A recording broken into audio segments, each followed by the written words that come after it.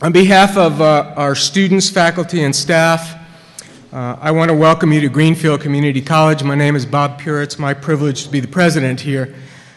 This past summer, we moved into this really wonderful building not long ago. For those of you who are here for the first time, and I appreciate that there are folks from UMass Boston who came out this morning. There's always a good effort being made when folks leave that early to come east or west, so I appreciate that. This summer we moved into this building, and for those of you who have not been here before, there are 44 steps that led up to this floor was the entryway. We are pleased that we've been able to remove those steps and those physical and emotional barriers that they presented to all. This building really is about access and light, teaching, learning, and student-centered adjacencies, and it's about building community. But as you all know, colleges are not about buildings, they are about people. We are excited about the fact that GCC now has a first-rate learning environment reflective of the quality of the relationships between our students, faculty, and staff that have long been at the core of the GCC experience.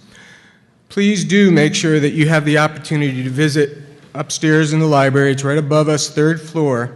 As one of our students wrote on the library Facebook, it is like a magical treehouse. I think if you go upstairs, you'll see why. I do want to applaud the work of Dr. Purcell for convening this conversation. Developmental education is among the most important challenges in education today. But I can't remember a time when it has not been for each of you. I applaud and thank you for the passion, the energy, the innovation, the blood, sweat, and tears that you bring to this work.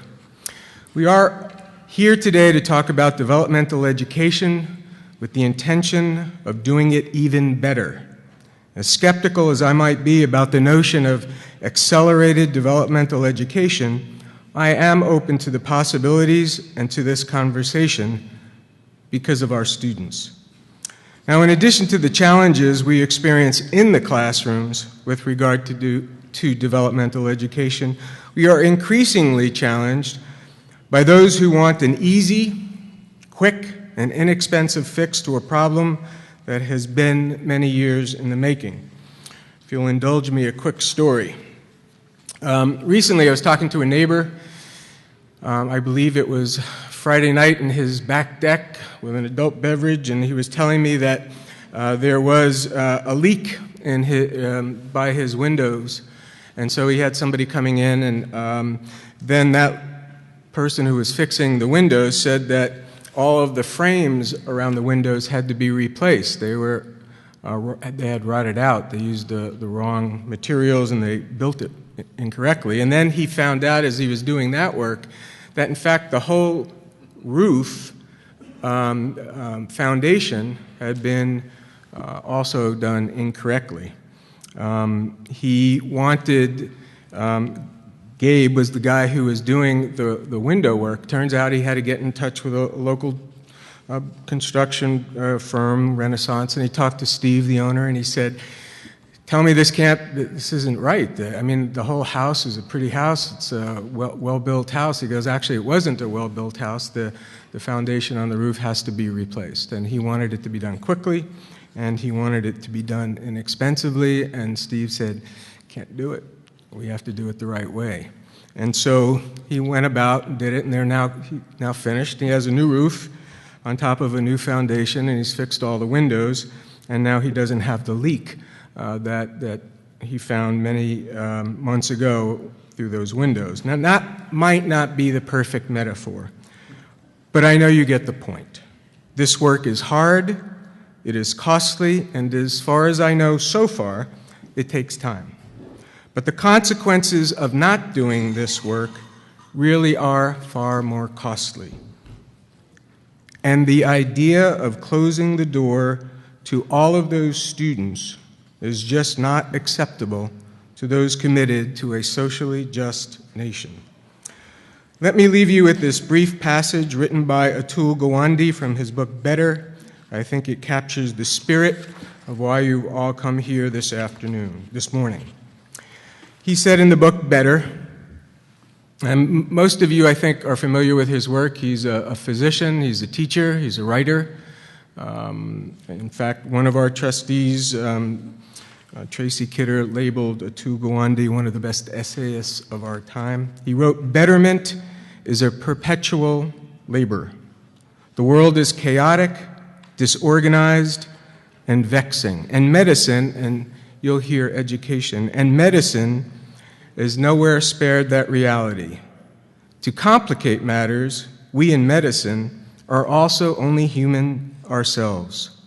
We are distractible, weak, and given to our own concerns. Yet still, to live as a doctor," and you'll hear teacher, "to live as a doctor is to live so that one's life is bound up in others and in science, and in the messy, complicated connection between the two.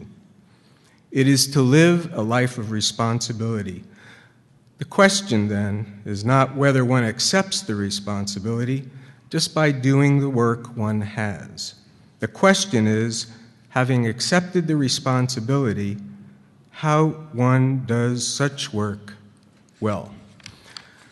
We're pleased to welcome you all to Greenfield Community College out in beautiful western Massachusetts here in Franklin County, and I hope you have a wonderful conversation. I look forward to it. Welcome.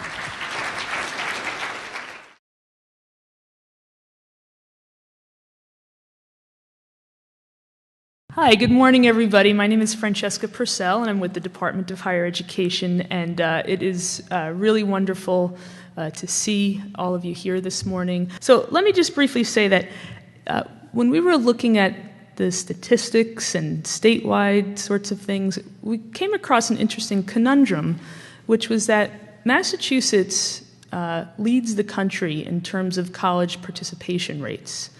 And not only that, but Massachusetts is one of the national leaders in terms of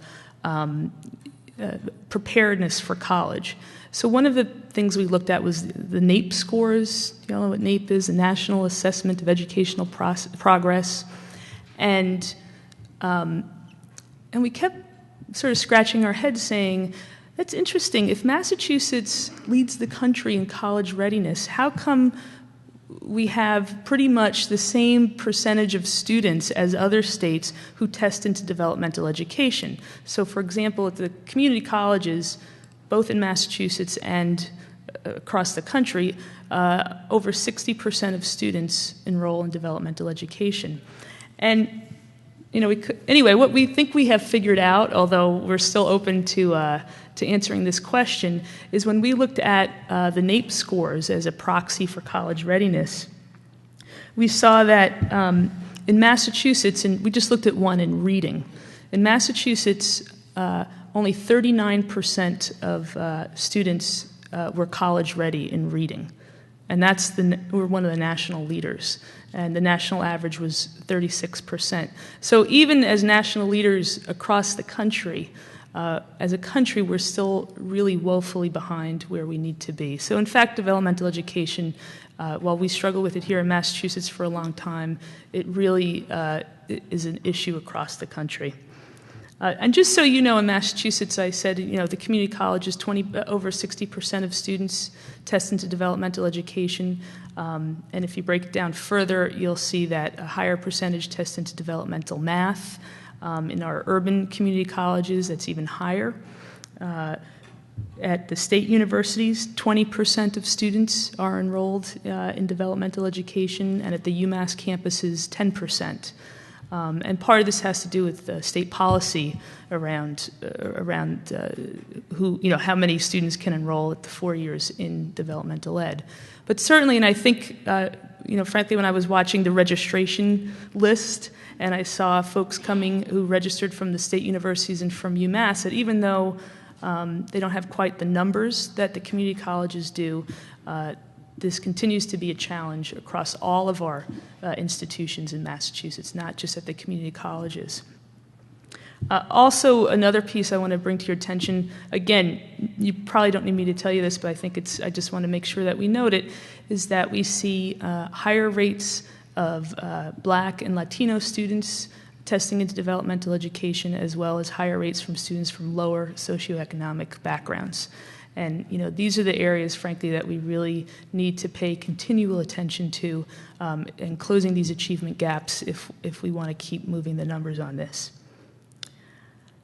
Finally, and I think in terms of a little bit of overall statistics, when we looked at the percentage of students who tested into developmental education who don't complete a dev ed course, they have less than this is the community colleges, they have a less than 5% chance of ever getting a degree of some sort. So, for us, for all of us, it really is an area that needs a lot of support. So that's a little bit of the overview and some of the stats we were looking at that I wanted to briefly share with you. Okay, so I've done all my pieces, and I really want to turn it over now to really the most exciting people who are here today is Peter Adams and Nikki Edgecombe. I've had the privilege of going to a number of various conferences and meetings around the country, frankly, trying to understand more about these issues. So I get to listen to a lot of folks and going on webinars, the whole bit. And I think you're going to find both Nikki and Peter to be very interesting, very engaging. And I hope that you have the opportunity today to, again, get a few good ideas and to wrestle around some of these issues that they're going to bring up with you.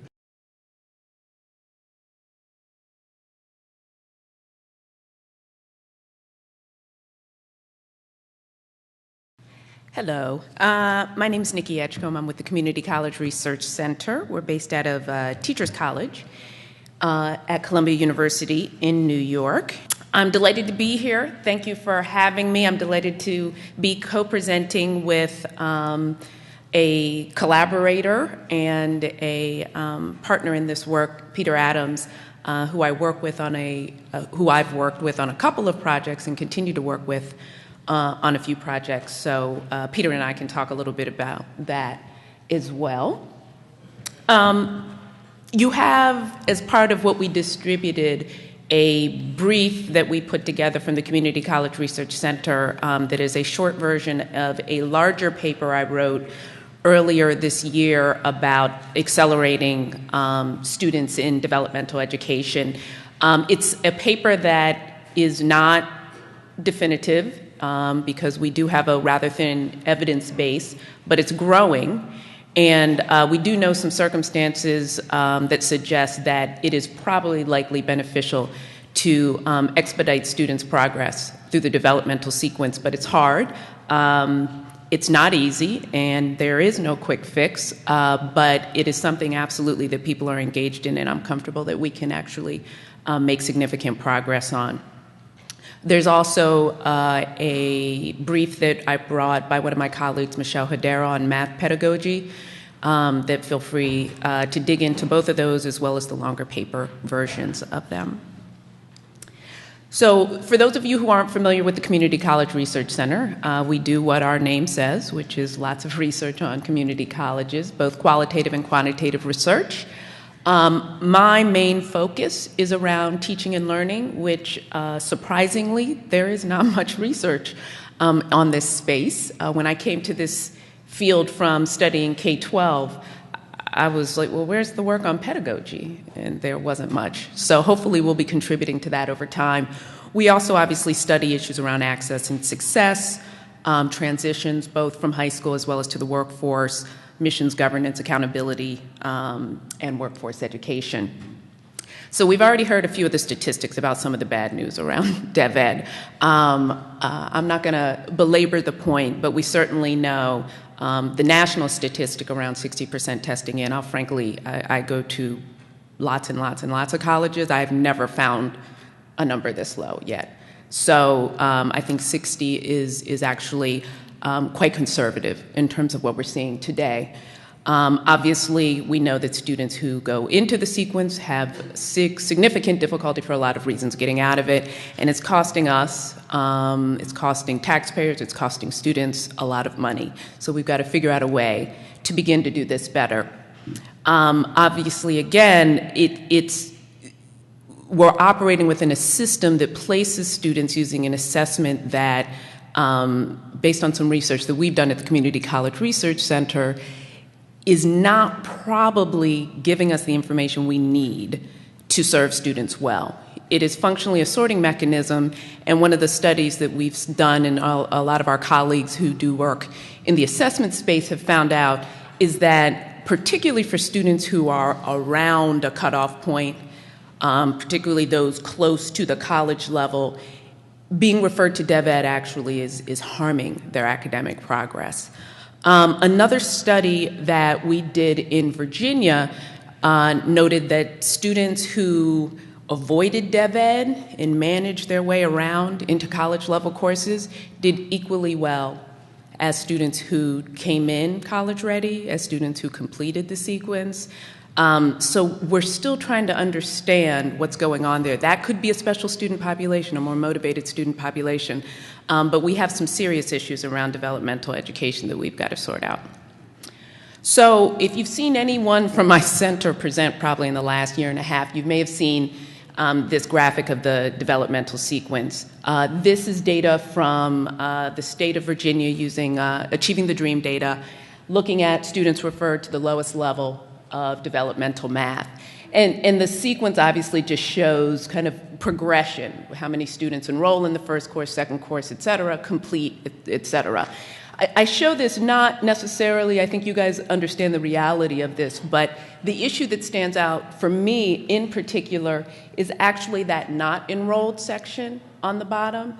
So we have a huge percentage of students ultimately who do not succeed in developmental education because they don't enroll in the course to which they're referred.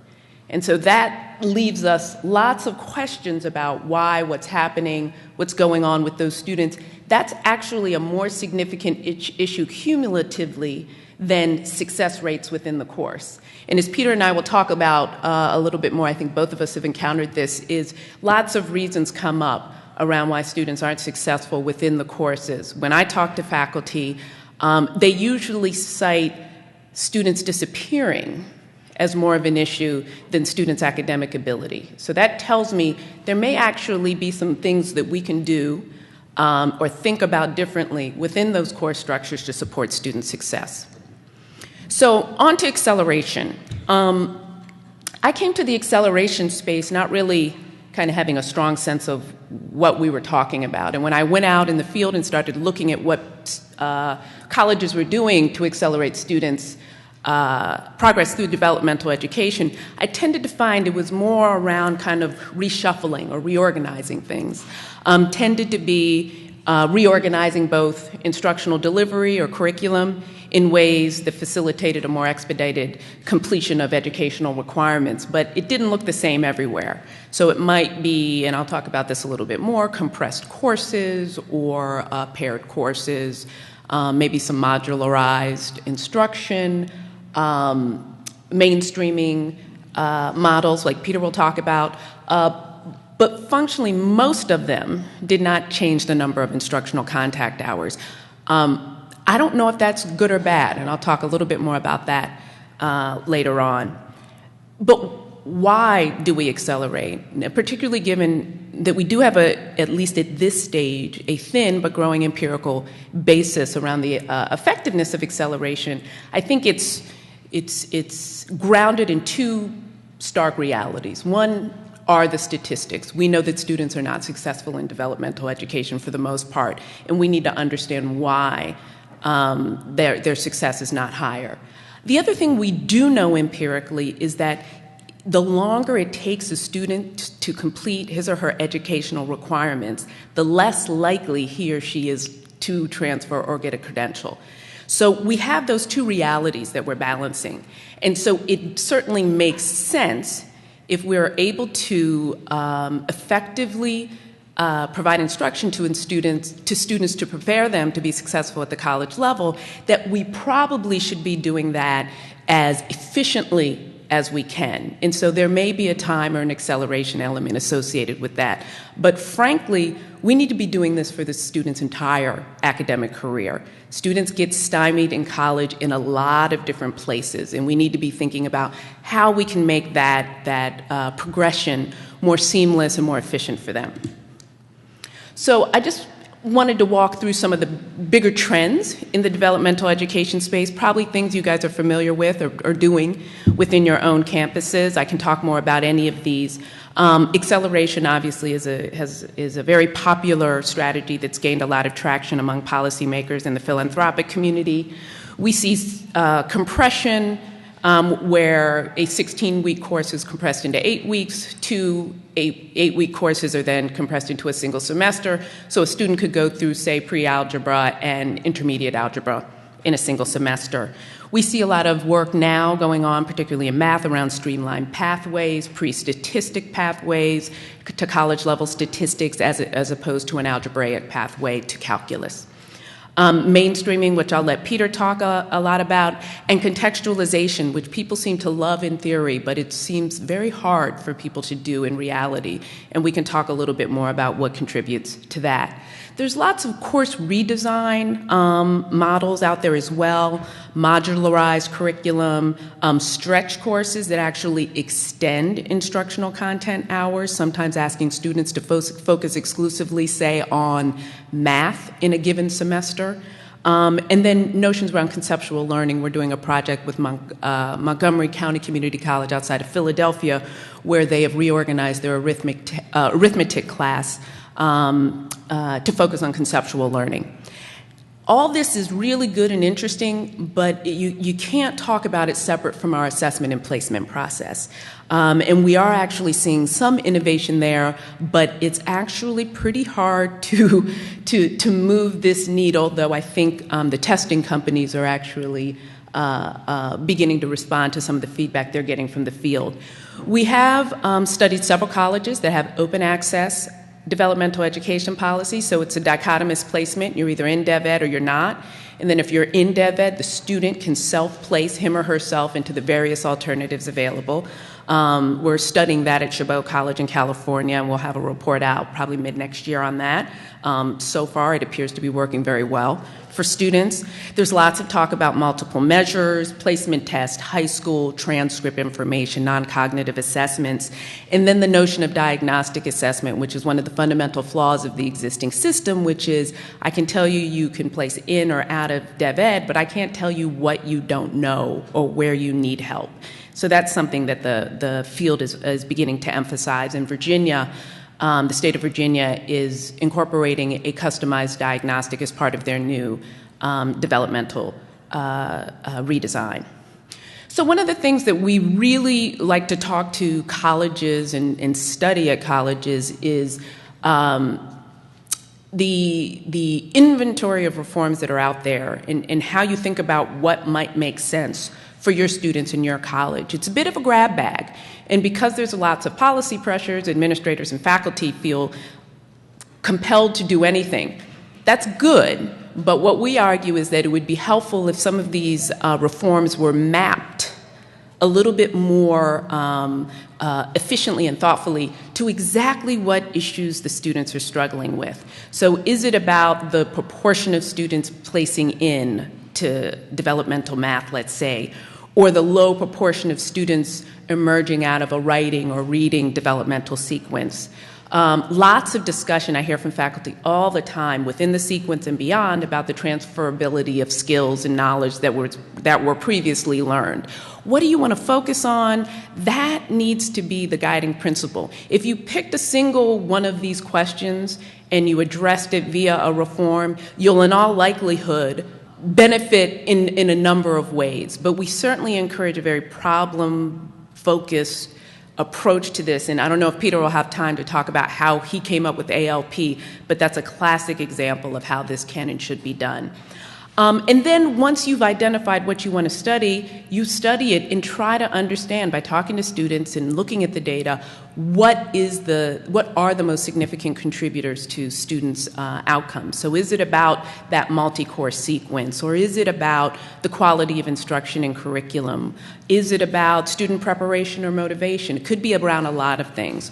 One of the things that we're finding is we focus on acceleration, but when tackled effectively, acceleration and other positive outcomes, be it deeper learning or students becoming better educational consumers, more self-sufficient, tend to emerge as byproducts from this process. So we encourage people to take a thoughtful approach to this work.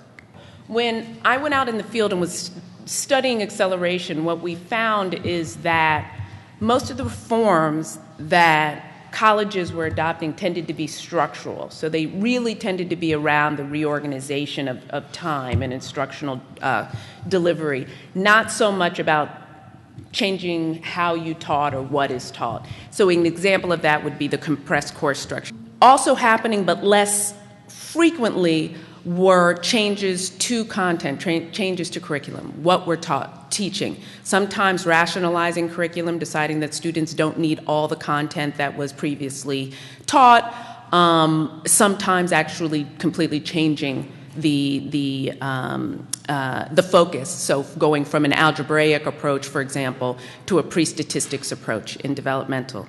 The other thing that we saw, but rarely, were actual changes, reforms that pushed pedagogy, that pushed instructional change, that asked faculty to do something different in their classrooms.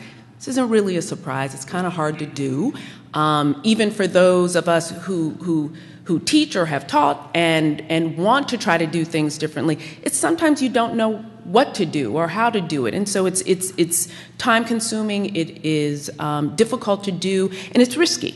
So it's certainly one of the things that we saw happening least frequently. Now, within that framework, when we began to look at the different reforms that were out there, and Peter can talk a little bit more about this with ALP, we're doing another analysis of ALP, which will hopefully take us a little farther out in the timeline and give us more data, is that most of the time we saw promising or positive outcomes, but they tended to be very short term. So it might have gotten students to the next course in the sequence, maybe it even got them to the Gatekeeper course at the college level, but then the effects wore off. And so accelerating students seems to have a very positive short-term benefit, but we weren't seeing long-term persistence, for example, benefiting from that. We've seen that also with learning communities, compressed courses. I'll talk about FastStart in a minute. And much of this is happening, and we know very little about student learning. We know a lot about academic progression. Did you make it to the next course? Did you make it to the college level? But we don't know what students are learning, the depth of their knowledge, how they're able to retain or use that knowledge that they gain in the developmental sequence, and that's something we want to understand better as well. That's why we at CCRC are focusing a lot on pedagogical reform, kind of defined broadly, where we view all of this as essentially a three-legged stool, where the structural, the curricular, and the pedagogical have to work in concert in order for us to make the radical level of progress that we would need to substantially improve the numbers and move the needle. So instead of this kind of upside-down diagram, we really envision this as kind of a three-part process, and you have to attend to all three parts if we're likely to make the level of progress that we need to support students' progress in developmental. So I'm going to walk through a study that we did at the Community College of Denver. The program is called FastStart. It is a compression model. It actually also includes linked courses, but what I'm presenting is about their compressed structure. They can link, within FastStart, they have linked as few as 2 and as many as 4 courses. So that Math 60, Math 90 combination is a 7-credit pre-algebra, introductory algebra pairing. The English 60-90, reading 60-90 is a 12-unit course. So they have managed to combine these courses into single semesters in an attempt to expedite students' progress through the developmental sequence. They also have kind of supported this work, scaffolded this work, by bringing in dedicated case managers that support FastStart students. Students are required to take a success course as part of their participation in FastStart, and they've built in structured opportunities for faculty development and collaboration. So it's not about simply compressing a course and kind of leaving students and faculty to their own worlds, but rather connecting people and resources and supports in support of student success. So let me highlight just a couple of pieces from some of the numbers. I'll stick with the far right column, the combined scores. What we saw with FastStart are statistically significant benefits to short-term persistence, which we define as persisting to the next semester after what we call the FastStart semester. Also in passing the final course in the developmental sequence by pretty significant numbers. You see a more than 20% gap between that 49 and 26%. Enrolling in the Gatekeeper math course, so the college algebra, pre-calculus, I think they have another general survey math course that constitutes their Gatekeeper math offerings, and then in passing the Gatekeeper course with a C or higher. So what these numbers are cumulative relative to the number of students who started. In graphic form, you can see the distinction in terms of the difference between FastStart and non-FastStart, but obviously looking at this representation, we have a ways to go in terms of really bolstering the numbers so that student success is probably where it needs to be, which is likely going to have to be in that 50-60% range if we want to really get a large number of students through the developmental sequence. So in short, FastStart, again, with its compressed model as the focus, did show positive benefits in terms of short-term persistence to the next semester, passing the highest level of developmental math, enrolling in Gatekeeper, and passing Gatekeeper math. It has not yet shown benefits to long-term persisting to the next year after the FastStart semester, and credit accumulation, which is just something that we struggle with in this space a lot, and we're hoping with our further analysis of ALP and some other folks that we'll be able to actually dig into that a little bit more. A couple other things that you should keep an eye out that'll be coming out from us is a look at the Chabot College Accelerated Developmental English pathway. This is an integrated reading and writing course. It dates back to the early 1990s. They've done the integration of reading and writing for a long time. They have two course alternatives for developmental English students. One is a one-course, 4-credit course. The other are 2 4-credit courses. Students self-select, self-place into these courses. The college did an analysis which showed that about 45% of students who enrolled in the accelerated course complete college-level English compared to about 23% who enroll in the 2 course sequence. And again, we're conducting an analysis that looks back about 8 years. So this may be one of our first opportunities within the field to follow students longer term, even to the place of transfer or credential completion. So we may get some more insights into some of those long-term persistence questions. We're also engaged with Peter and a few other innovating colleges in a project funded by the Hewlett Foundation called Scaling Innovation. This is looking at not just the reform itself and the efficacy of the reform at the home institution, but what happens when faculty at those institutions lead efforts to help other colleges adopt and adapt those innovations. Again, we're looking at ALP at Community College of Baltimore County. We're looking at the California Acceleration Project, which is a network of 19 colleges in California working in both math and English, and the Concepts of Numbers Arithmetic program at Montgomery County Community College. And we'll be tracking outcomes for students in the early rounds of this work. I just want to highlight a couple things on the developmental math side, particularly for those who aren't aware of the work that's happening in Virginia. They have a statewide redesign that they're launching this spring. They have chosen to modularize the curriculum into 9 one-credit units, Colleges have discretion about how they package those units. It could be a computer-mediated, self-paced structure in a computer lab. It could be organized as a course. It's up to the college to determine exactly how they want to deliver that content. And students are placed based on a diagnostic assessment depending on their program of study. So STEM students, I believe business students, are required to take modules 1 through 9. Students pursuing a gen ed liberal arts transfer degree are required to complete modules 1 through 5. So they've made a concerted choice about what content students need and have decided that students who are not operating in math, science, technical fields do not necessarily need all of this content.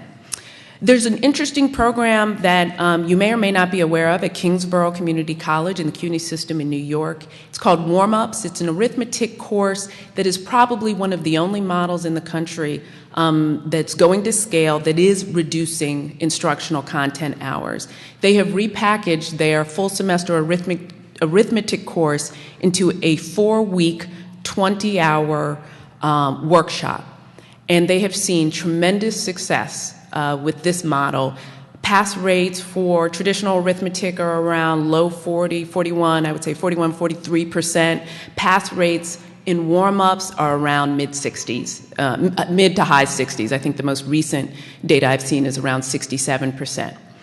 And for those who have been keeping their eye on maybe the Statewide work out of the Carnegie Foundation and others, a precursor to that was actually the Path to Stats program that came out of Los Medanos College in California. This is, again, an open access. Students place themselves into the 6-credit pre-statistics course, and early analysis done by the college showed about 59% of the students who enrolled in Path to Stats passed their college-level statistics course in the same academic year.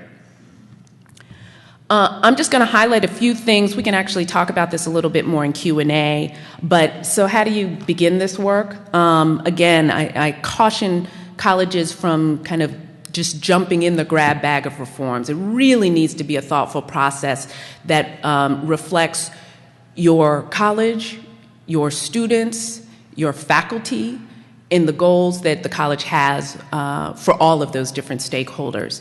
So in short, though, I think it's important, and I think this meeting demonstrates that this may be happening here in Massachusetts, is really establishing the urgency of this issue. We simply can't let these statistics continue. We have too many students that community colleges are serving, and not enough of these students are completing at least enough credit hours that it has significant benefit to them in the workforce. There are benefits to not completing a degree, and I believe there are short-term credentials and other things that are of benefit to students, but we're just not doing a good enough job for these students, and it has significant implications for our communities and our workforce.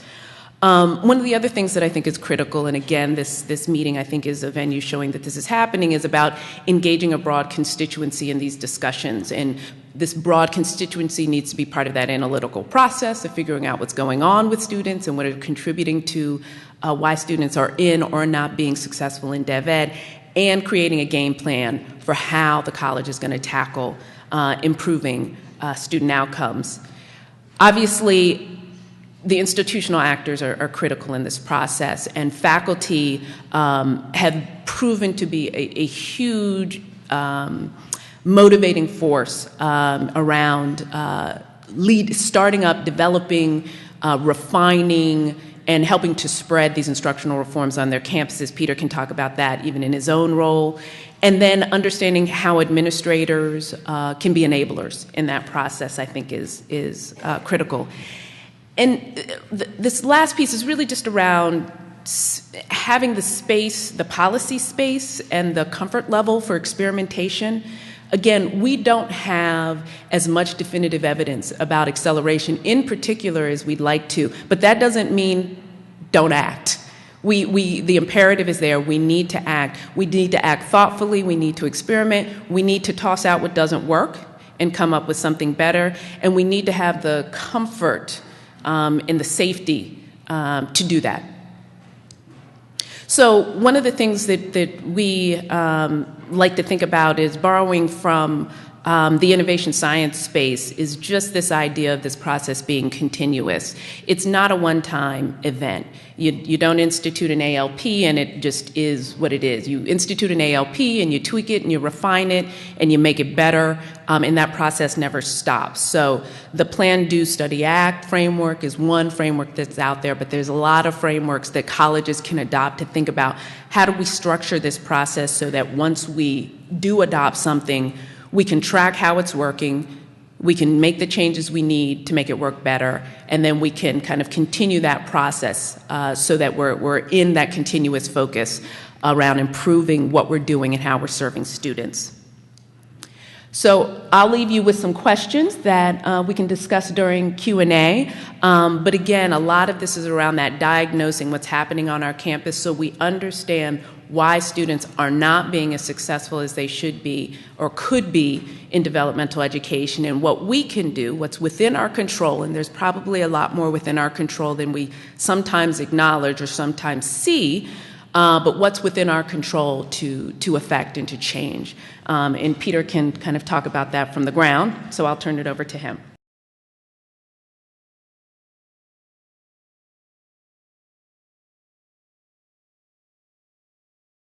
I want to explain one thing. Nikki's just done a fabulous job of sketching the problem and the variety of approaches, responses to that problem nationally. And I'm going to focus in on one particular solution that we call the Accelerated Learning Program at the Community College of Baltimore County. But by doing that, I may leave a false impression. I may leave the impression that I think all 100 of you out there should take our program and impose it on your campuses. And I just want to start by saying that is not the truth. I love our program and it works very well for us. We have 39 schools nationally that are doing ALP now. None of them are doing it the way we do it. They each have taken it and modified it.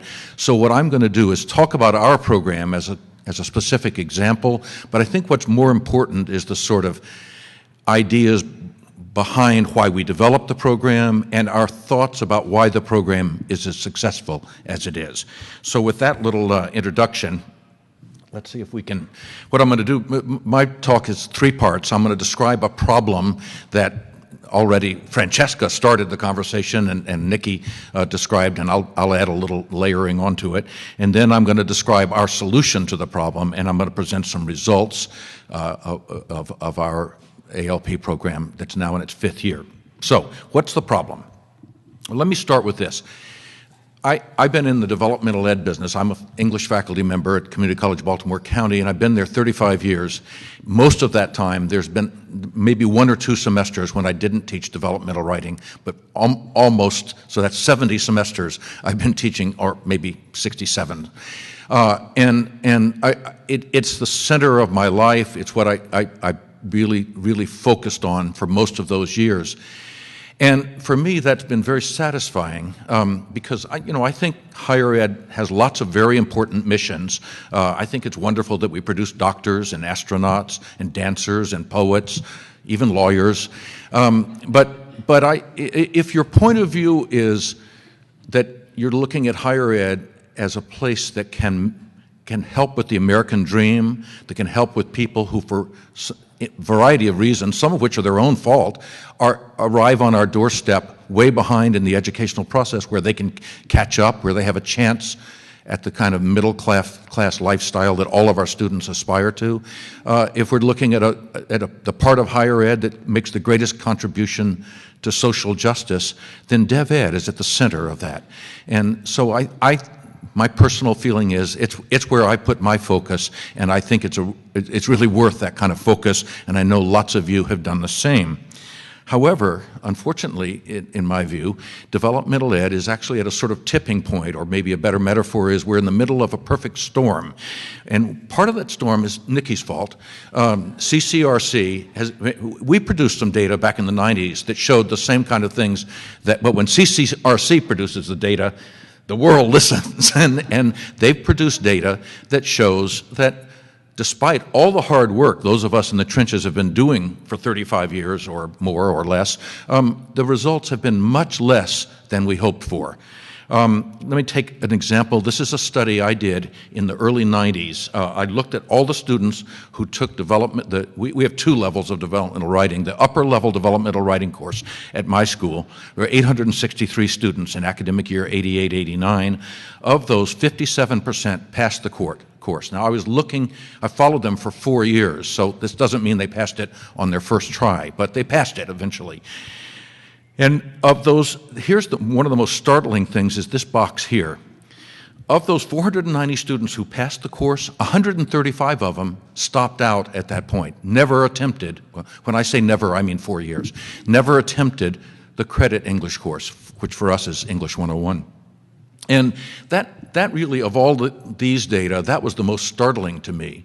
And it made me start thinking, I wonder why that is. Why would students give up? They didn't fail. They actually had a successful experience, but still never went on to the credit course. And then how did they do, those who went to the credit course?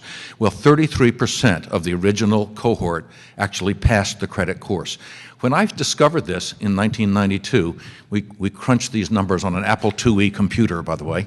When I discovered this, I shut the computer down and wouldn't let anybody look at it. It was horrifying.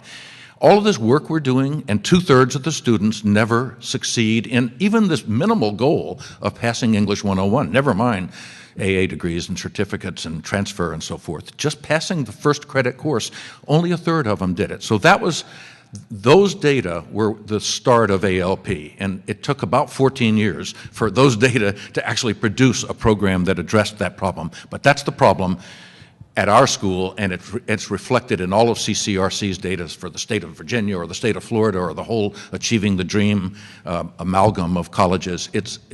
Where everyone is experiencing that, and that's one of the reasons we're in a perfect storm. But there's also the completion agenda. By the way, these are not the villains, these purple arrows that are diving in. CCRC is not the villain. We needed to know the truth, and similarly, the completion agenda is putting a lot of pressure on schools, particularly 4-year schools, to just not admit developmental students. Just send them to the community colleges. If you get rid of your developmental students at UMass Amherst, your completion rates will go through the ceiling. Maybe they've already done it, I don't know. But without having to change anything, because developmental students are higher risk students. More of them drop out. They have further to go, for crying out loud.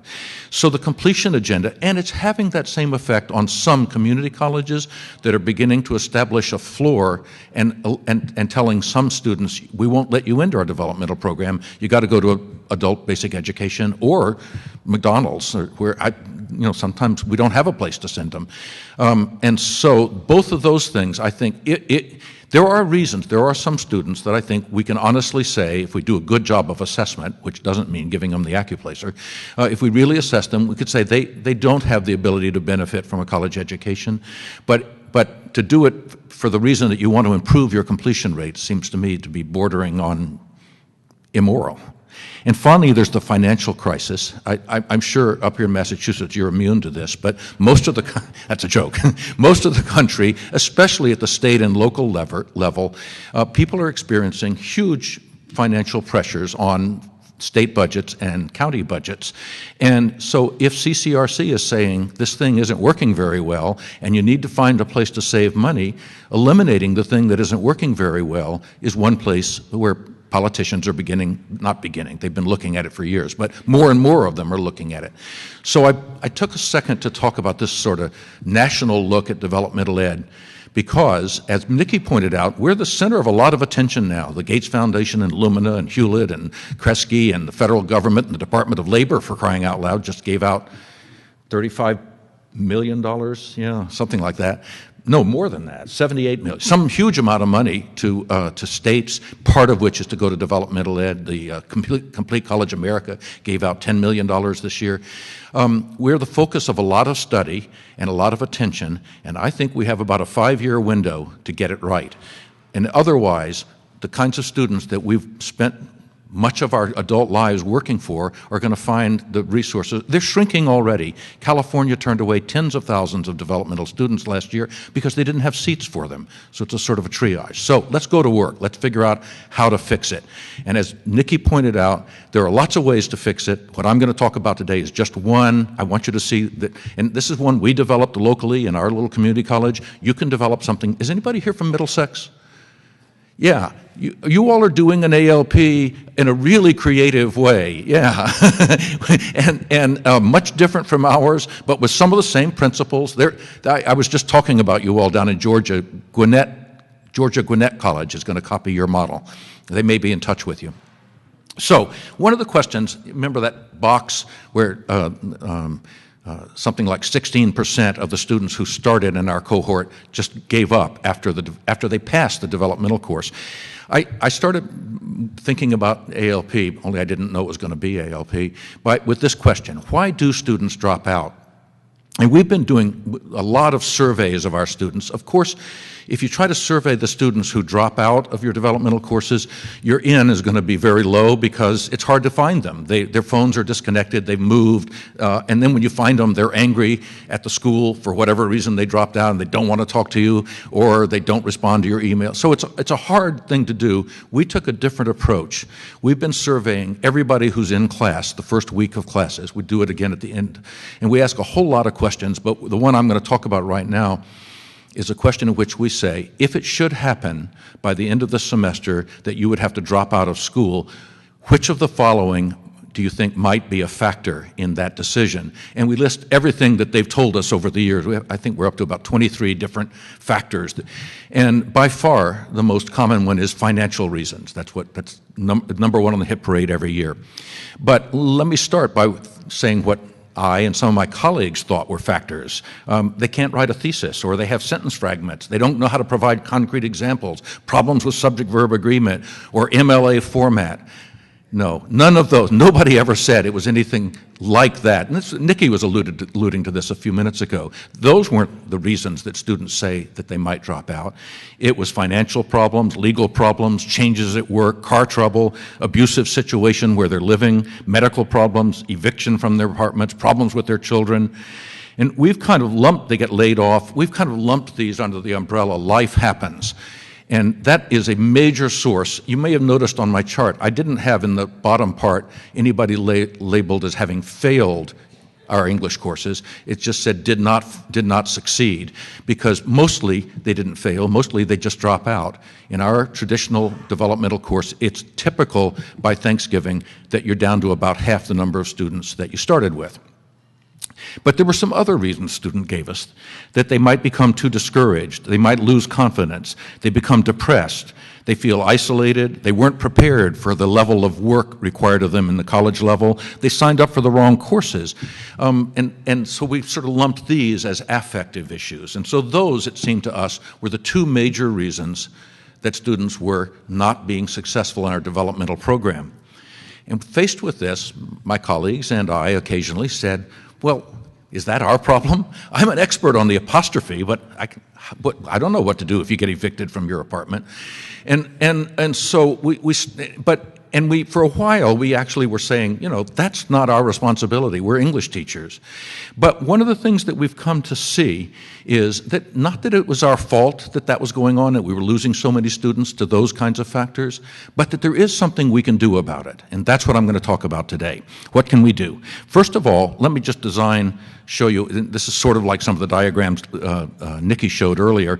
If you have a developmental program, whether it's reading, writing, or math, and it has 3 levels, each of these little places where the circles are appearing is an exit point.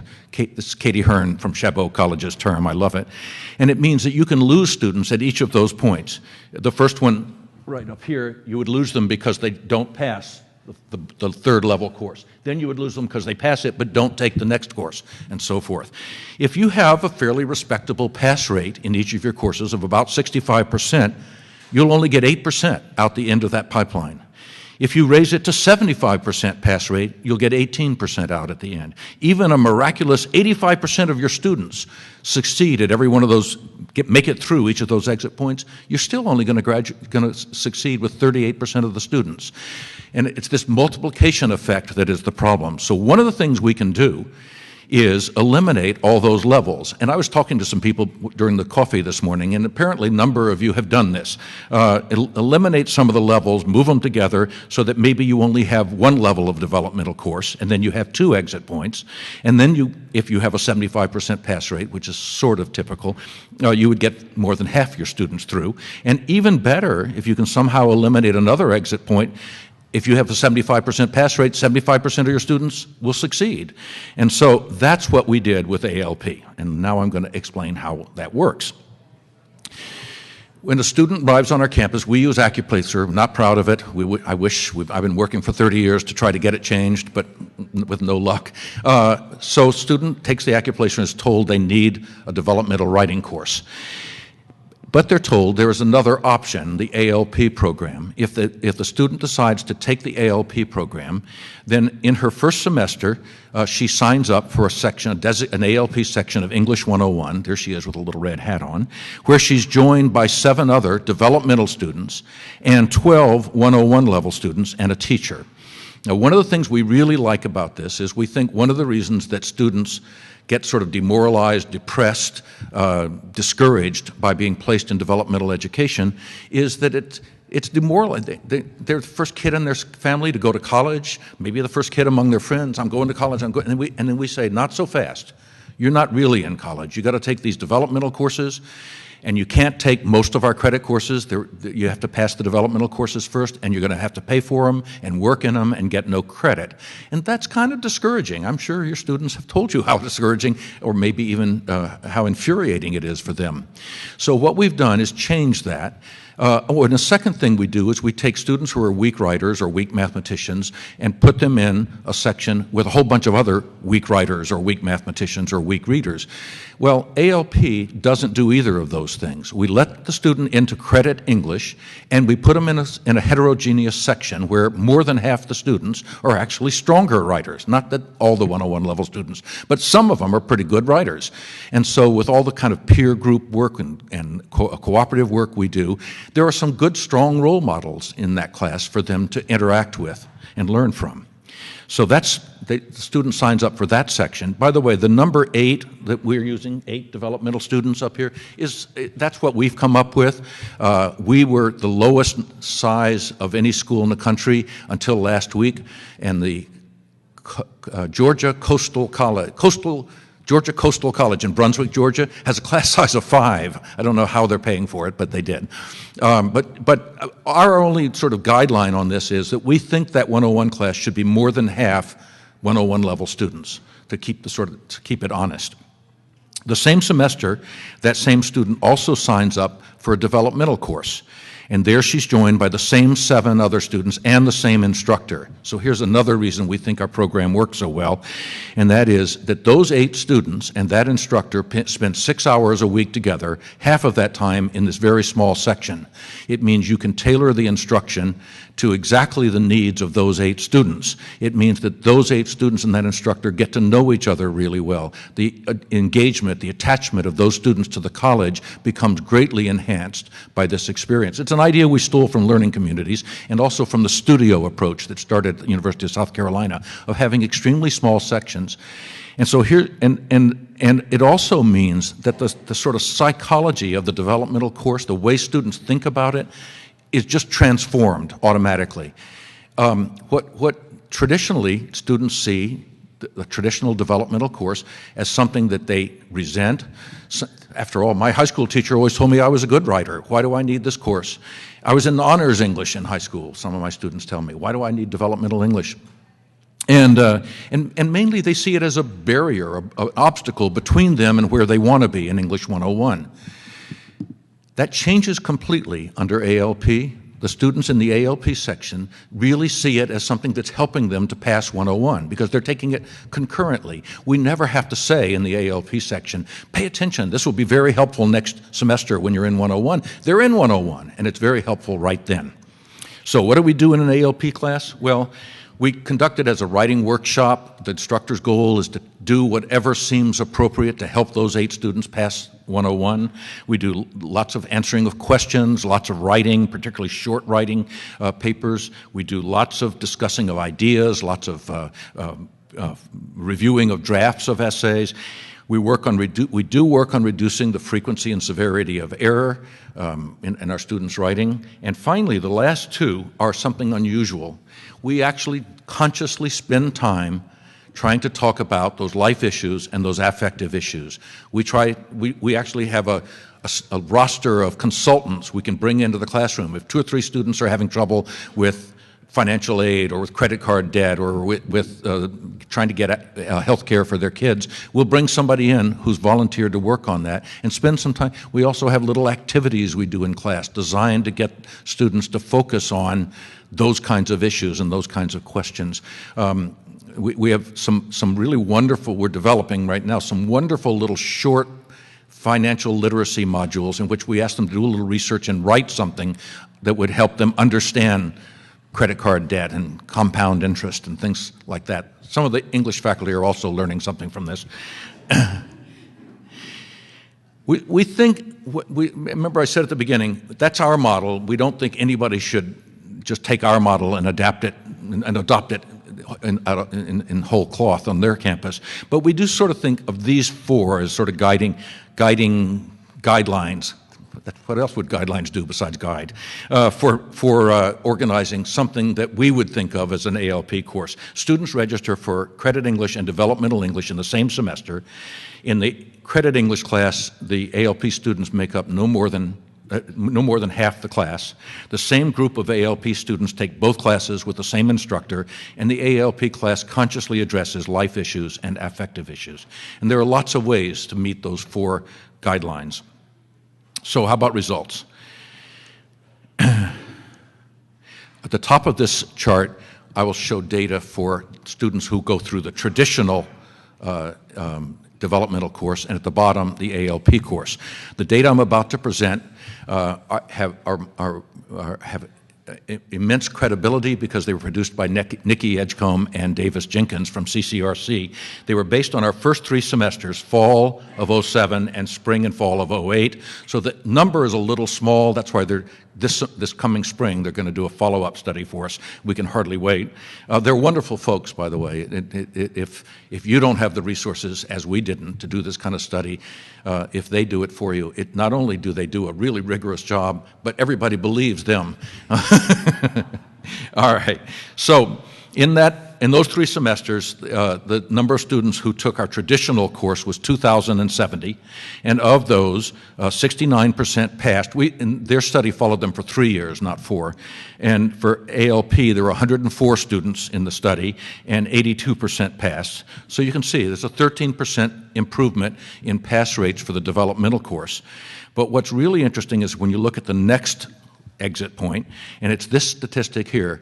Remember, back in 1992, I found the same thing with my very rudimentary research tools, including that Apple IIe computer, but they also found 15% of the students of the original cohort passed the developmental course and dropped out at that point, never attempted English 101. Now, I'm up here today, obviously, because ALP does a better job than our traditional course. How much better? 15% in that box, and how much do you think we were able to reduce that for the ALP students? Anybody think we cut it in half? Less than that? How much? Did I hear somebody say 0? Yeah, it's 0.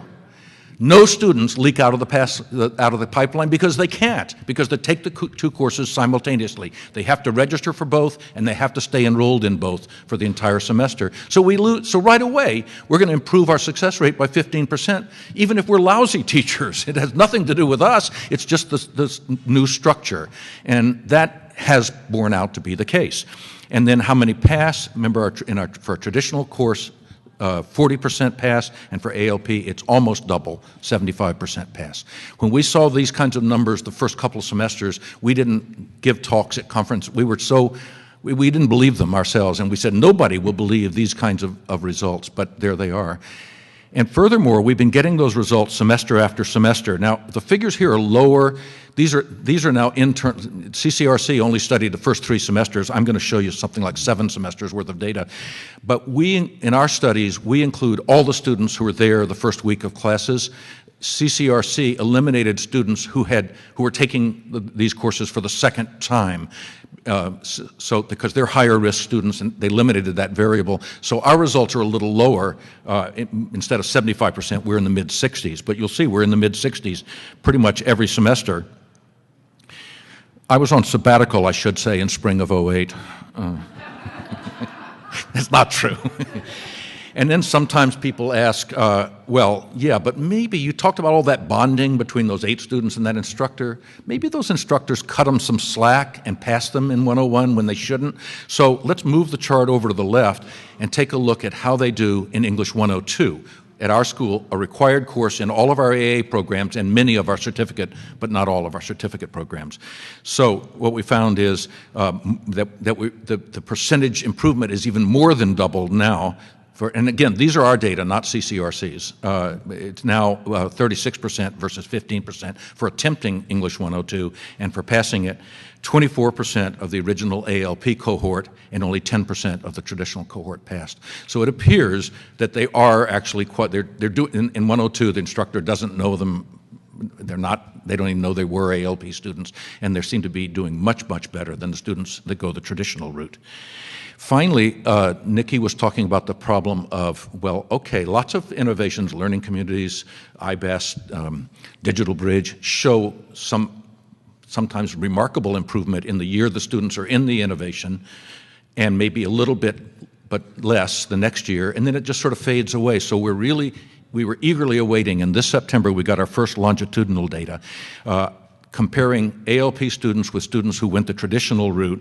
After 1 year, 11% of the traditional students had accumulated at least 15 credits, and 24% of the ALP students had. And after 2 years, 12% of the traditional students had 30 or more credits, and 24% of the ALP. So it appears that that sort of doubling of success rates is continuing 1 and 2 years down the road. These are very tentative preliminary data. The numbers are not huge, but based on these data we produced, CCRC is going to do that longitudinal study for us this spring. Finally, I wanted to mention, we started out with just 5 sections a semester. Remember, there's 8 students in a section. So the first year we reached 80 students. The next year, 160, then 320, then 640. This year we're running 80 sections of ALP every semester, and that's 1,280 students. We've found this growth rate about all we can manage.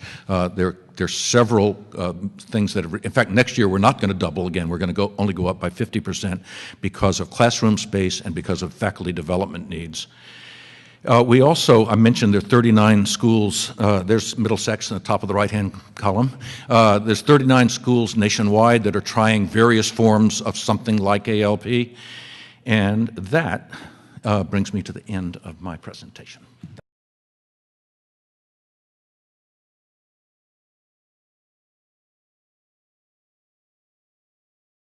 Hi, I'm Louise Hurwitz from Berkshire Community College. How many total credits in your ALP program? In Maryland, and I think the same thing is true in Massachusetts, it is a state policy that we cannot give credit for developmental courses.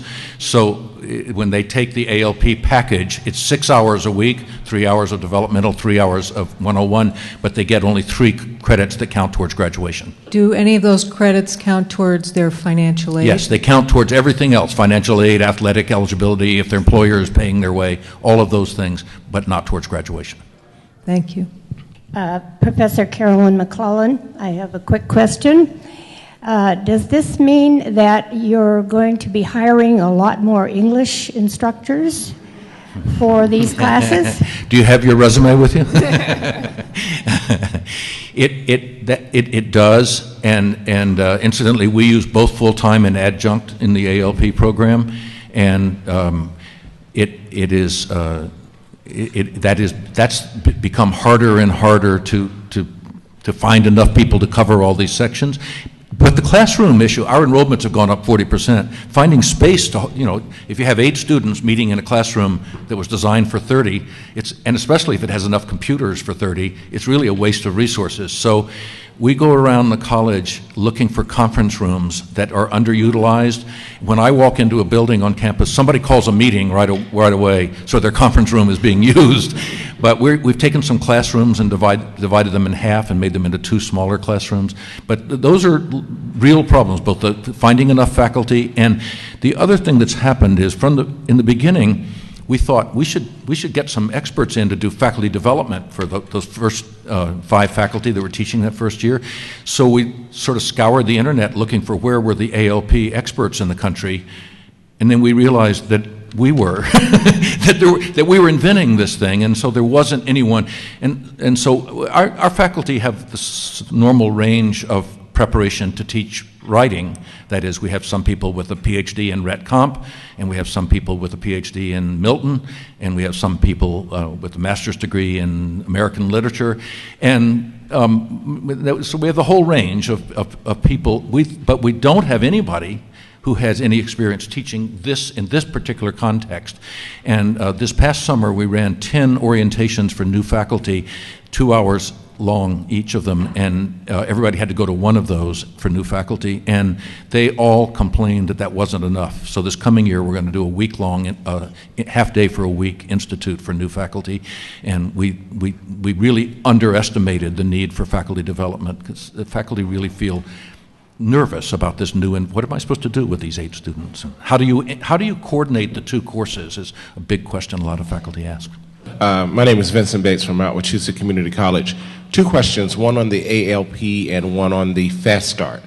On the ALP, is there any course restrictions on how many additional courses the students can take other than the ALP format? No, not the way you've described it, but we have the most draconian prerequisite system of any school in the country. I'm not bragging. We're really working but there are hardly any courses they can take if they're placed in developmental courses. So they're sort of limited to a health course, some phys ed courses, a couple of applied art courses, and for some reason the introduction to business. I think it's because they know the business model and they get lots of enrollment in that course.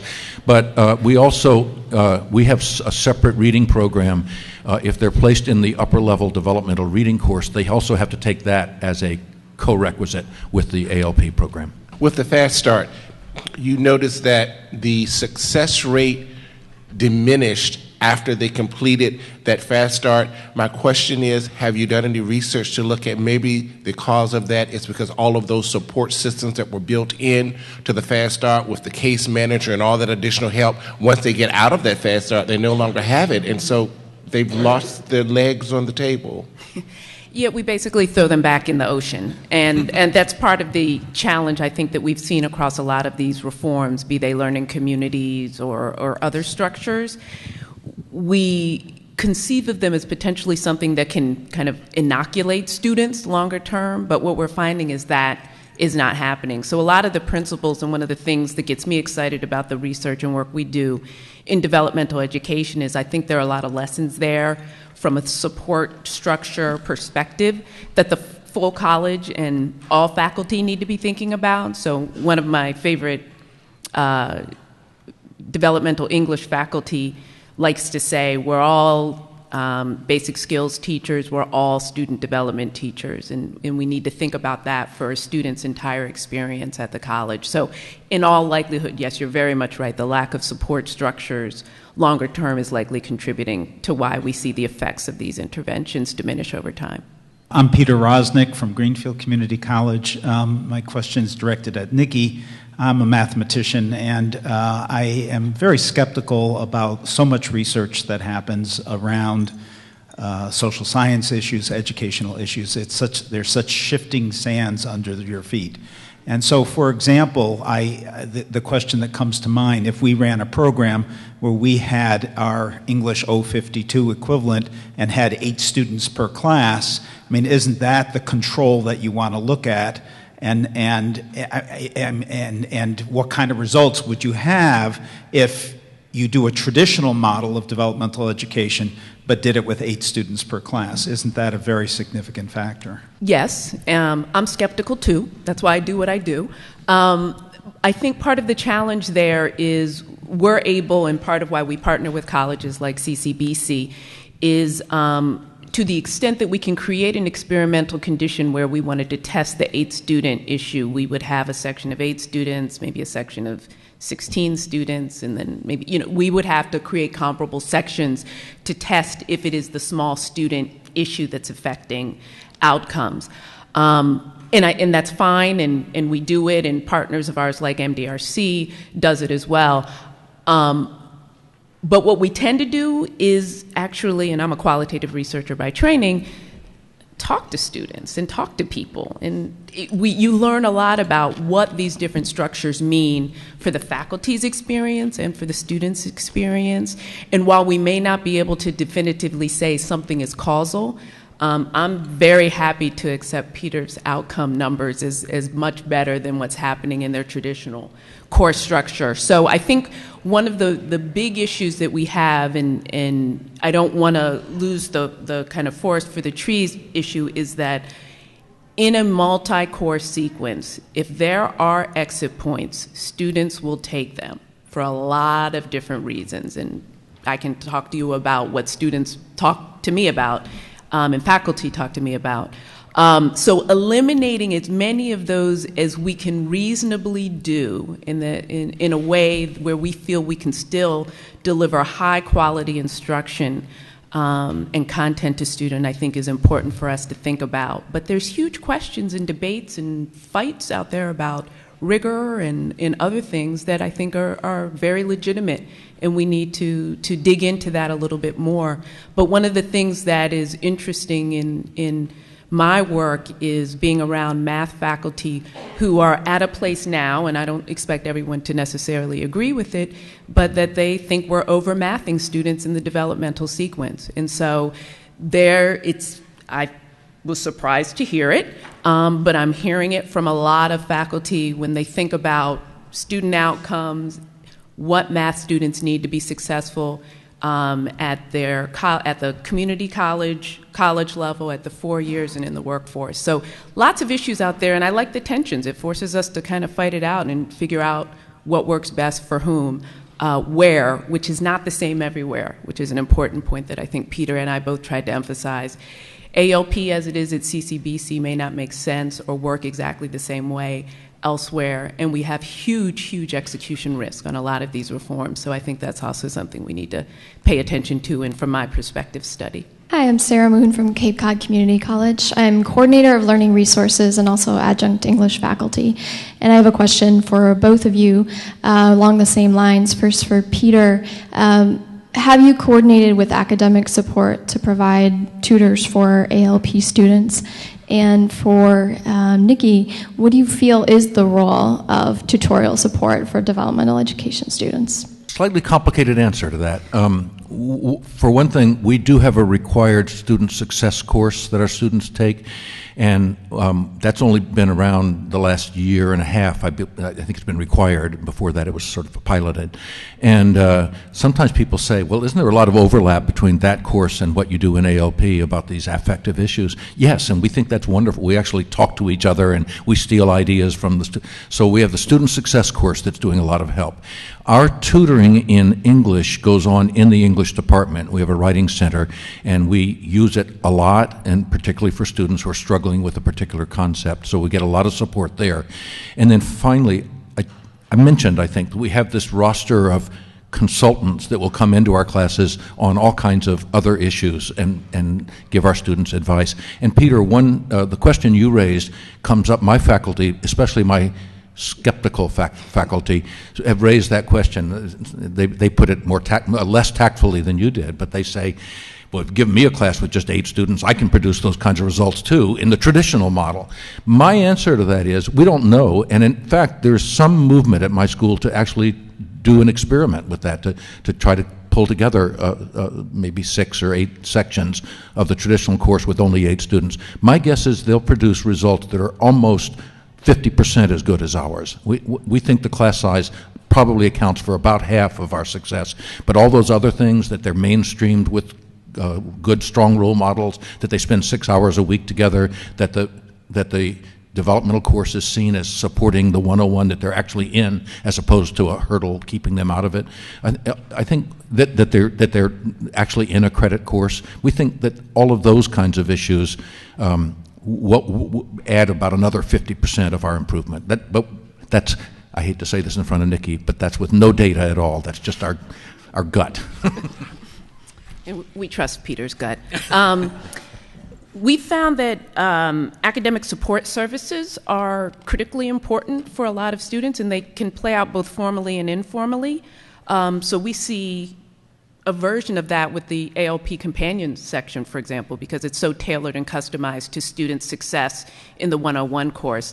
What we have also found is that the closer they are either linked to or embedded in the actual course, the more effective they are. So simply trying to get students to go to a tutoring or a teaching and learning center tends to be challenging. So the closer we can kind of get them to connected with the course, Chaffey College in California has done some interesting things around kind of connecting academic work with what happens in their math and reading and writing centers. They have a number of different academic support centers, so I've seen people experiment with that in interesting ways.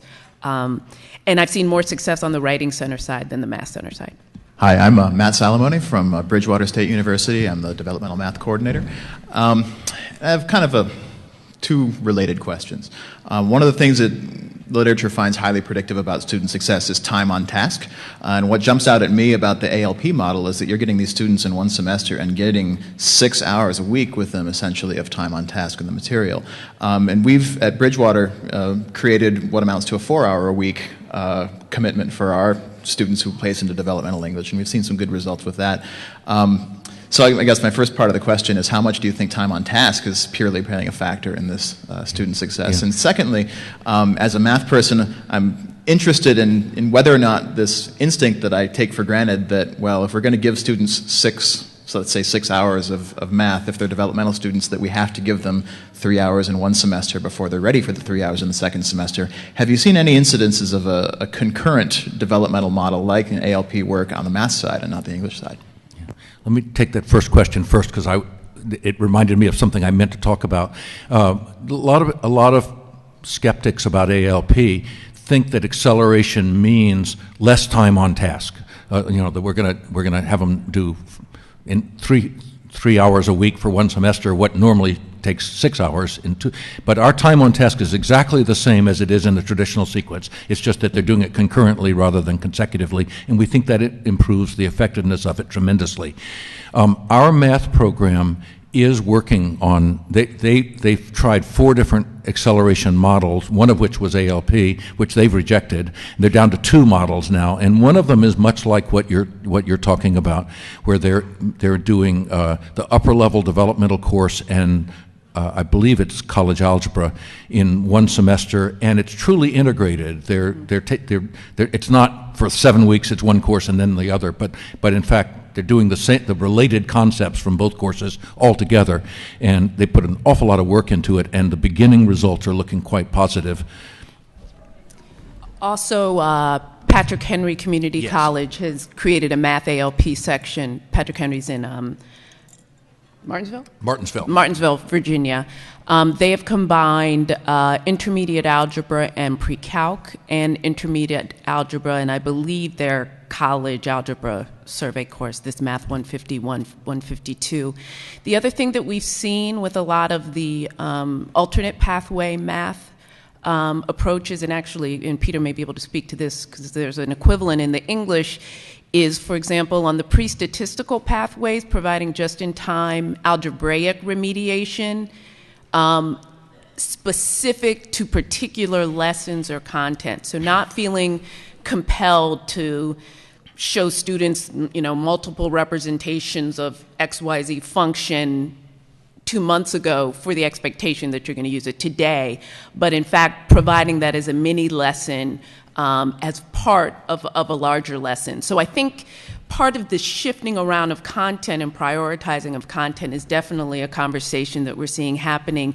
And I think there's a very interesting conversation happening within the writing space around kind of this just-in-time grammatical issue. How do you treat grammar issues? How do you work with students around that? And so we've seen a similar idea about pushing students to do more writing and not front-loading grammar as much. And we have lots of things we haven't agreed on, we being the ALP faculty at my school, but one of them that we're really pretty much in agreement on now is that we're doing backwards curriculum development. That is, we decide what we're going to teach in our developmental writing courses by looking at the credit course, where the course is all about writing argumentative essays. And so now we do not start any of our courses with a 6-week review of the parts of speech. We start even our lower level developmental course with writing essays. They're not great essays, they're maybe not very long essays, but we sort of think it's really important that students practice the skill that they're aiming towards from the very beginning. And so we do, as Nikki said, try to embed the grammar instruction in that framework. We haven't solved that problem. Our students do not finish our course error-free by a long shot. But we have agreed on one principle about it, and that is that the goal of grammar instruction is not to turn our students into grammarians, but to turn them into effective proofreaders and corrector of errors in their own writing. And so where we are now is trying to say, so how much of this grammatical terminology do they really need? Do they need to know the difference between a direct and an indirect object? Surely not in English, since we don't inflect those differently from each other. And so the more extreme of us have decided there are really only 4 grammatical concepts that students actually need to know to do most of the editing, and that is they need to know what's a subject, what's a verb, what's an independent clause, and what's a sentence. That's it, not even dependent clause. And I don't want to hog the microphone, so I won't explain why, but that's, and there are lots of us who don't agree on those 4 and think the list is a lot longer than that. But what we're mainly trying to do is, whenever we do teach some grammar, to then apply it not to exercises, but to their own writing. And so we'll frequently we do lots of short writing, and frequently we'll give the paper back and say, now, we were working on subject-verb agreement in class last week, now let's just proofread this paper for nothing but those kinds of errors. And we haven't solved the error problem yet, but we feel like we're headed in the right direction, and we hope some other people will add to that journey. And if I could just, one quick point, just qualitatively, time on task looks hugely different across classrooms. So I think part of understanding what that actually means and what we're trying to accomplish with that, in what ways we give students sustained practice or exposure to information and practice in certain skills and knowledge is something that, from a research perspective, we're trying to get out there and give people a sense of what that looks like. Hi, I'm Leo Juan Carlos from Greenfield Community College. So I'm a big fan of heterogeneous classrooms. I'm a big fan of student self-selection with strong advising.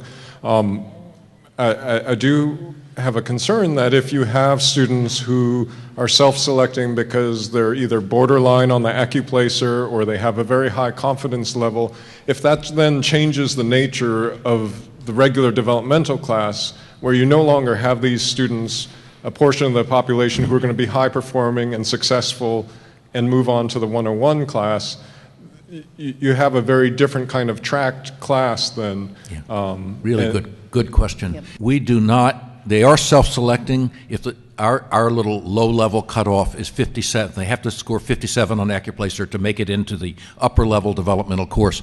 A student who scores 57 can take ALP, as well as a student who scores 89, the high end of it.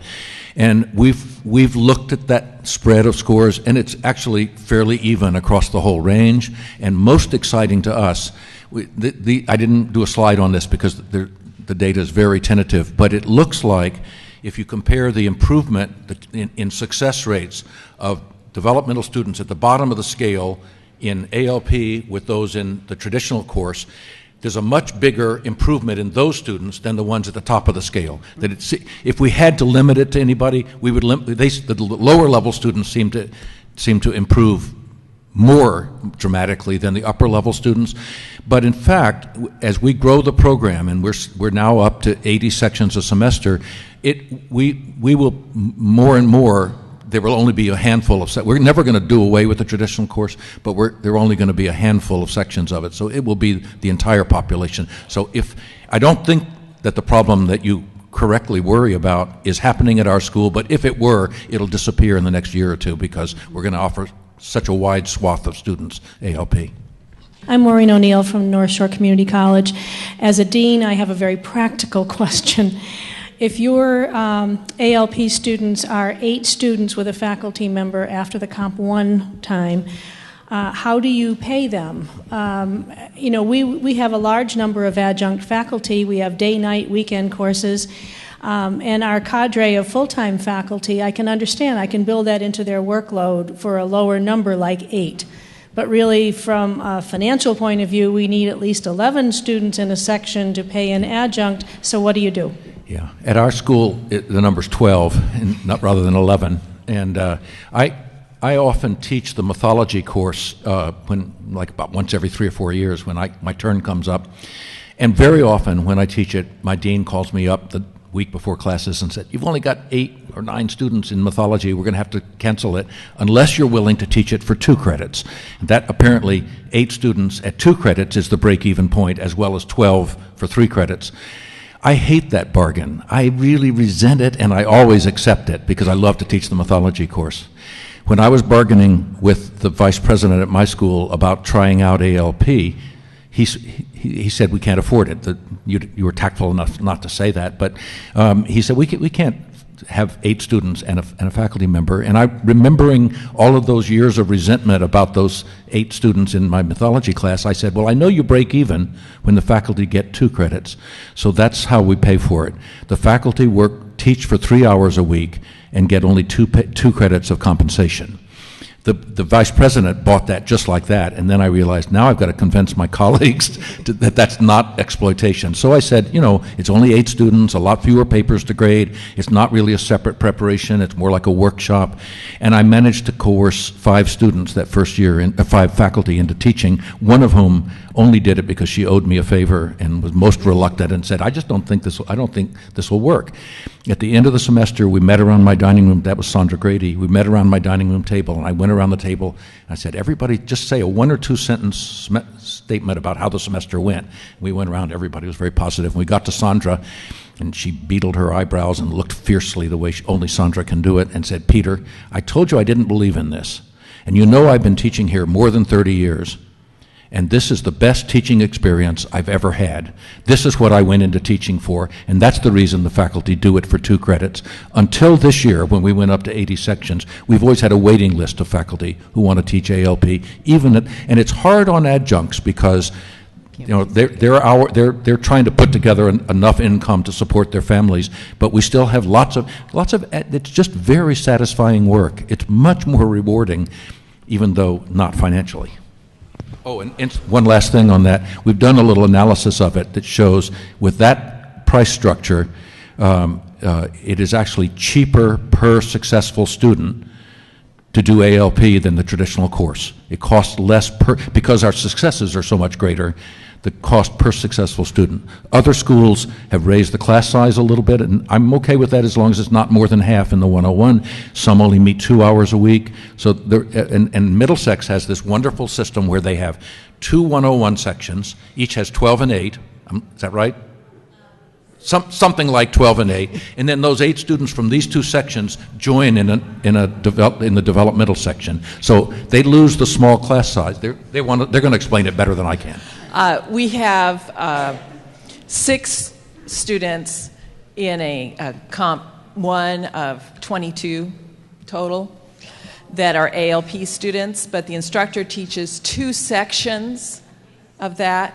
So the 6 students from Section 1 and 6 students from Section 2 come together for the additional 3 hours of support. So they meet our minimum enrollment number of 12 And the same instructor teaches all 3 sections? All 3 sections. Yeah. And so our Stan part-time Hinton faculty told me about that, Yeah. but at that point you weren't going to have the same instructor. I'm glad Right. you did. Yes, we've been successful with that. My question is, are either of you aware of reading instruction that's following this model at all in terms You guys of ask ALP? really good questions. All the things I didn't have time to talk about. Why don't you take that one?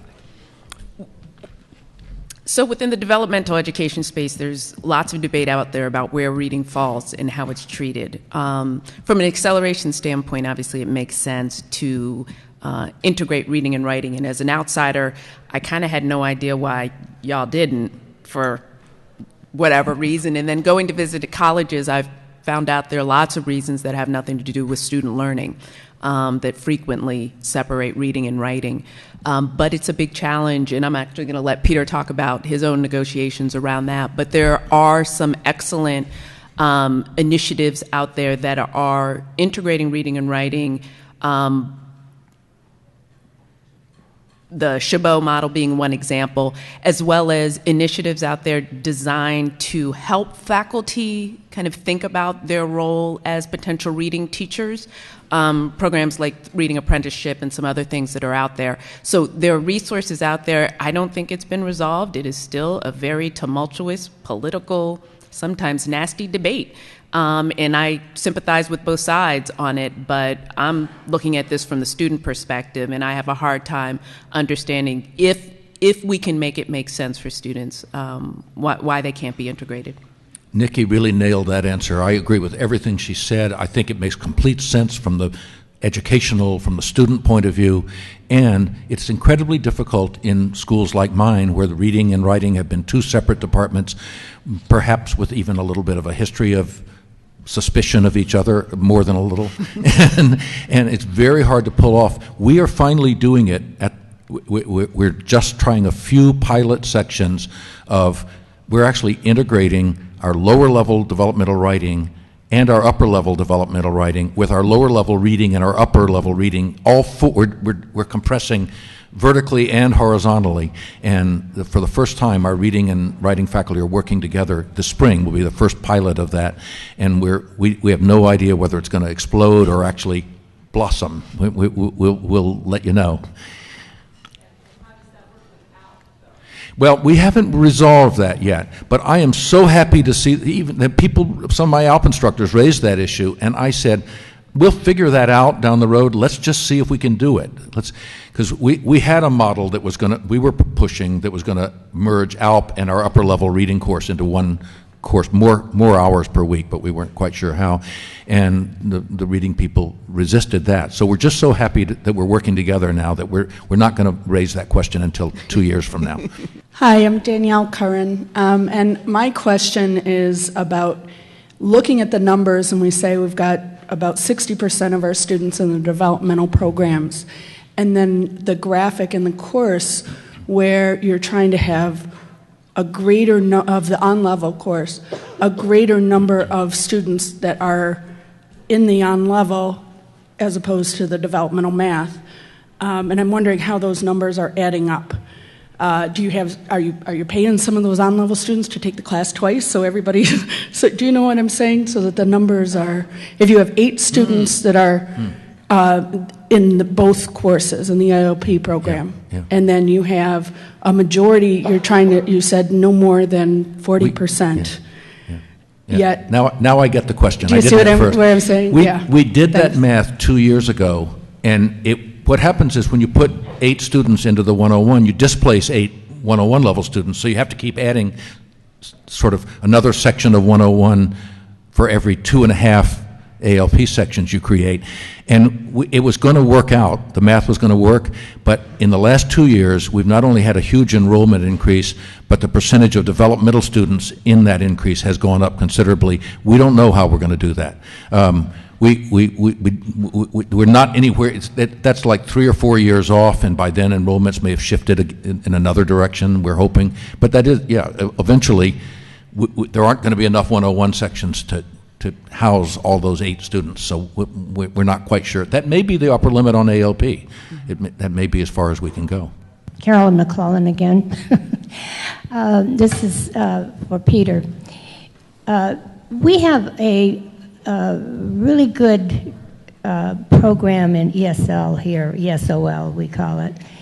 And the ESOL students are usually channeled into the developmental English writing classes before they go on to 101. How do you handle your international students, and how do you handle your students with severe writing problems? I can feel Nikki wincing over beside me because I'm about to tell my worst joke.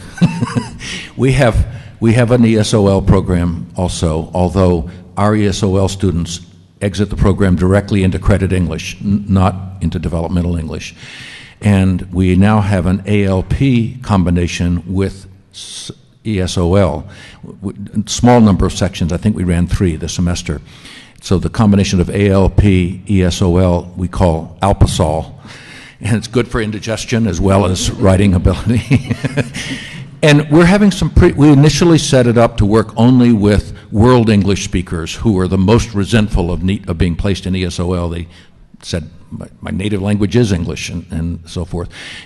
But we were unable, our registrar was unable to handle that. And so what we did is just let any of the students in the upper level ESOL course sign up for a designated section of English 101 with an ESOL background English teacher in it. And it seems to be working, not as dramatically as the English-speaking, native-speaking version, but it seems to be showing considerable improvement. I'll just also mention, keep an eye out for when we publish our analysis of Chabot. We are looking at, this California school has a large ESL population, and those ESL students are generally referred to the 2-course option as opposed to the accelerated option within the college, and I mean, that's a point of contention. But what we are analyzing is the extent to which that 2-course option is or is not a better pathway for those students to college level English. We don't know at this point, but it's something that faculty feel is a better option for the ESL students, and I think there are questions about different student populations that we try to pull out in our analyses that I think some others have mentioned today, so I think that's an important thing to look at. Thank you. My name is Ann Harrington. And Peter, I have a question. You made reference to AccuPlacer, and as a sort of aside, commented on what you saw as limitations. And I wondered if you had an idea of what you would rather do for placement than AccuPlacer, and Sure. What are obstacles to doing that? Sure. What I'd rather do is have students produce a portfolio of writing and have faculty grade it and then give them advice and have the students decide whether to take that advice or not with a lot of counseling. The reason we don't do that is obvious. It's really expensive, time-consuming. Under what environment would they produce the portfolio? So what we're hoping to do, the more practical solution, is to do something like that for the students that Nikki pointed out. That the AccuPlacer is particularly inaccurate about, and that is students near the cut score. So we're trying to sort of establish a decision zone, we're calling it, 5 points above and below the cut score for 101, which for us is 89, and to say for students in that range, including the ones that would go in 101 as well as the ones that would seem to need developmental, to have them do some writing. We're not quite sure how much, but that seems affordable and manageable because it's a much, and then if that produces dramatic results, maybe we can gradually make the decision zone grow to 10% on either side, and so forth. And so that's been a twinkle in my eye for about 10 years so far.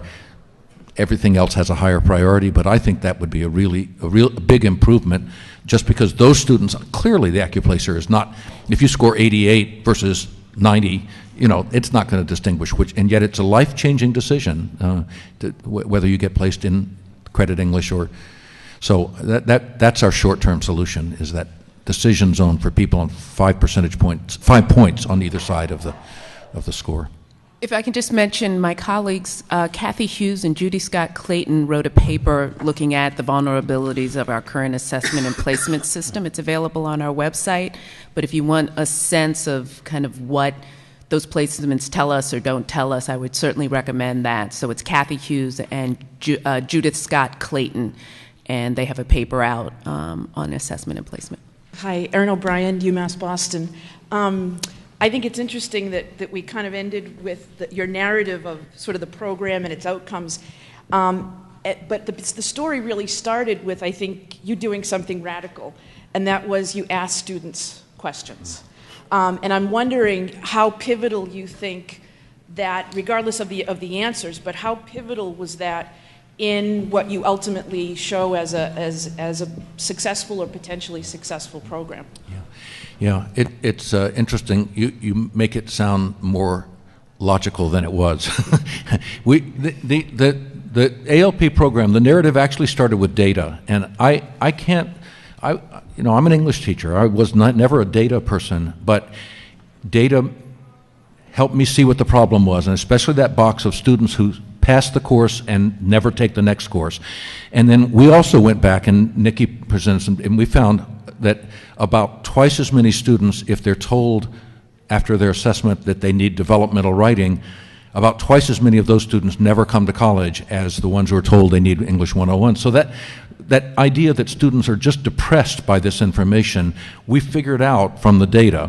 Then we started asking questions to sort of confirm that, but we started with data, and I would say, sort of harking back to my little political section at the beginning about this national problem and the tipping point and the perfect storm and all that, that if you do decide to do something like an ALP kind of innovation at your school or one of these other approaches, that please don't neglect the data aspect of it, and then come to our conference in Baltimore and present your data. And I hope Middlesex is coming this year. And and that was the little thing I was going to say. My handout has a little information on that conference on the back of it, and also has a website and my email address. If you're working on this stuff and you have questions or you just want to try some ideas out, please email me, go to the website and see what we're doing, and then come to our conference in June and tell us what you're doing, and we'll tell you what we're doing. Thank you both very much again. That was really, really great.